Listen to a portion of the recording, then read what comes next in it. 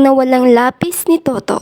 Sa isang maliit at tahimik na baryo, may nakatirang batang masayahin na nagngangalang Toto. Si Toto ay isang estudyanteng masipag at masunurin.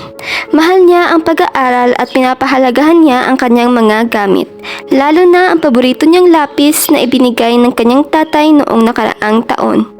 Ito ay isang lapis na may pinenturang kulay kahel at nakaukit ang kanyang pangalan. Isang araw, habang sila'y nasa klase, nawala ang lapis ni Toto. Ginawa niya ang lahat para ito'y mahanap. Tiningnan niya ang ilalim ng kanyang upuan, sinuri ang laman ng kanyang bag at tinanong ang kanyang mga kaklase. Pero hindi talaga niya makita ang kanyang lapis at labis siyang nalungkot.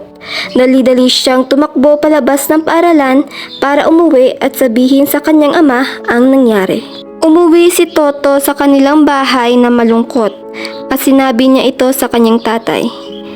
Tay, nawala ko ang lapis na ibinigay mo.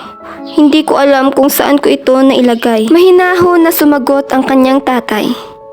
Anak, hindi lang lapis ang mahalaga.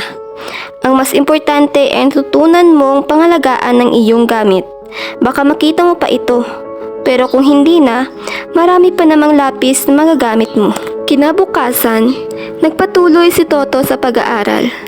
Nagdala siya ng bagong lapis at sinabi sa sarili na dapat mas maging maingat pa siya sa kanyang mga gamit. Habang sila'y nagkaklase, tumayo si Ana, ang kanyang kaklase at sinabi, Toto, nakita ko ang lapis mo at nadala ko ito sa bahay. Ngayon ko lang ito naibalik. Masayang masaya si Toto at nagpasalamat kay Ana. Sinabi niya, maraming salamat Ana. Sana maging kasing ingat at mapagkakatiwalaan din ako tulad mo. Ang bawat bagay na natatanggap natin, gaano man ito kaliit, ay may dalang kahalagahan at alaala mula sa nagbigay nito. Ang pagpapahalaga sa mga regalong ito ay hindi lamang nagpapakita ng ating pasasalamat, kundi pati na rin ng ating pagkilala sa pagmamahal at pagsisikap ng iba para sa atin.